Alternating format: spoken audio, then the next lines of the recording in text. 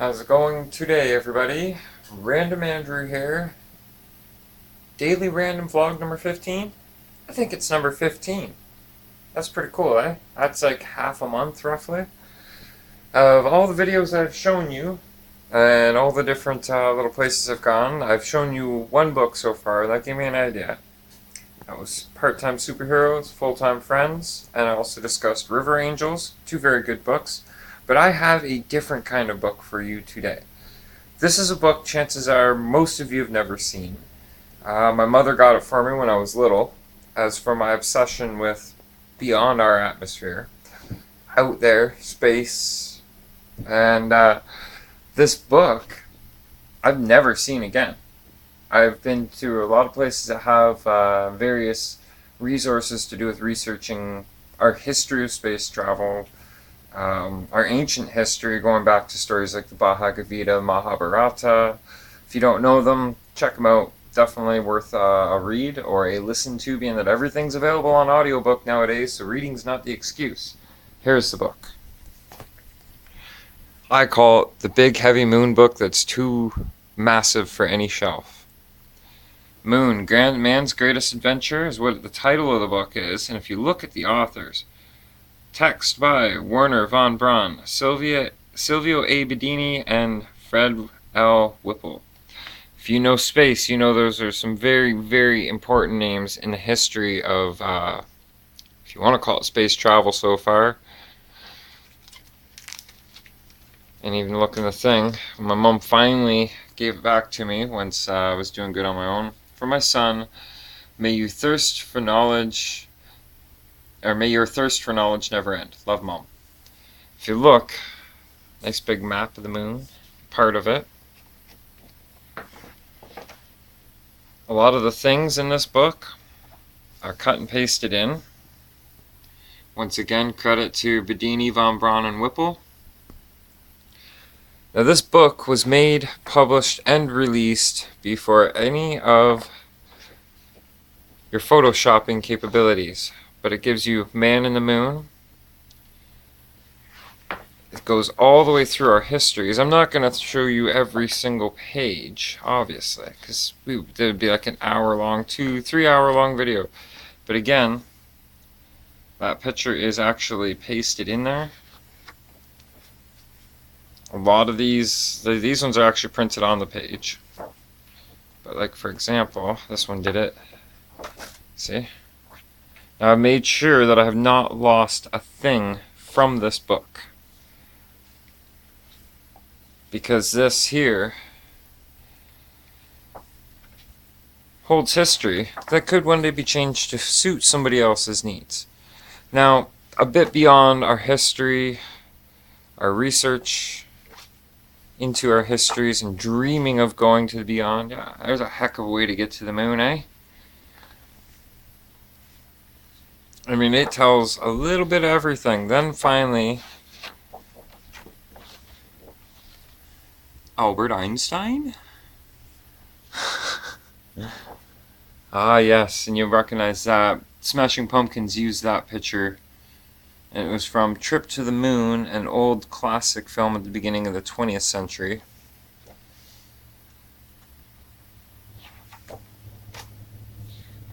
(1957), and it's in a chronological factor too, so when you're looking stuff up,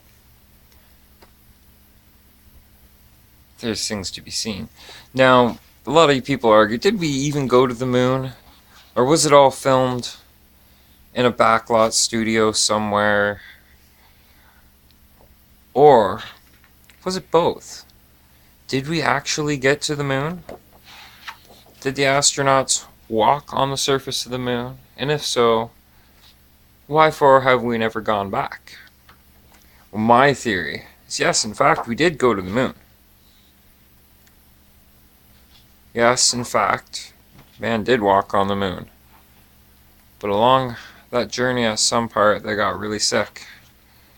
Being that a lot of this on its return flight is completely automated, I don't think they made it back, but I don't think they made it back alive. And what we couldn't see, what they wanted us to see, but they couldn't exactly show us. Let's look at the mountain ranges in the back. You don't get this kind of these kind of pictures nowadays. Everything's so edited, chopped over.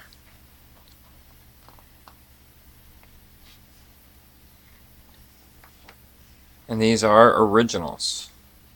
This book's older than most of your parents, I bet. Or unless you're an older generation person, then book's older than you.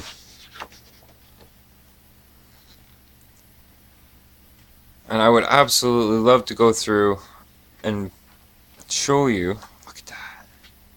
Isn't that cool? I'd love to absolutely go through and show you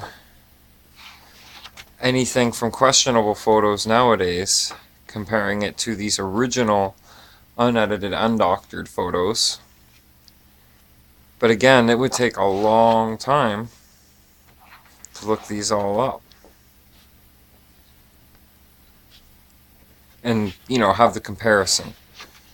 But yeah, there's this much more. I could sit here and keep flicking through this, but I'm already up to 6 minutes in my video here. But if you're in the local area, or if you really, really want to see this book, being that you're not going to find it anywhere else, get a hold of me. I'll bring it, we'll meet up somewhere, go have a coffee, and you could see some pictures that most of mankind hasn't gotten to see for a very long time. Guarantee you that there's some pictures in here that NASA doesn't want to share anymore because of discrepancies or differences between their modified versions of the photos released nowadays. But yes, very, very interesting stuff. I will not lend this book out to anybody out of fear that it might not ever come back. That I might not ever see it again if it were to leave my possession.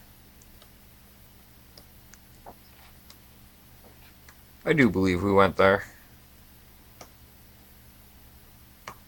But I find it hard to believe that we never went back without giving us a good explanation why. Oh, it's a heavy book.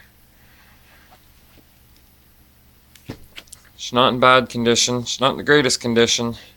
How many people can out there say they have a book featuring the moon by Von Braun, Bedini, and Whipple? Pretty amazing. Pretty amazing. I have a fascination with the moon. I bought my daughter one of those kits. You can own property on the moon. It comes with a map, a deed, and all that stuff, and shows you where your property is. She's got a pretty good location. I also have her lunar landing coin, one of those special edition that were released a long time ago. Super light. Feels like it could be titanium. Might be aluminum. Who knows? Yeah. Hope you enjoyed my little sharing of the moon book. And, yeah, if you got any cool comments on it, share your opinions. Did we land on the moon? Don't forget to like, share it, subscribe, so you can see what comes tomorrow. Have a good day, folks.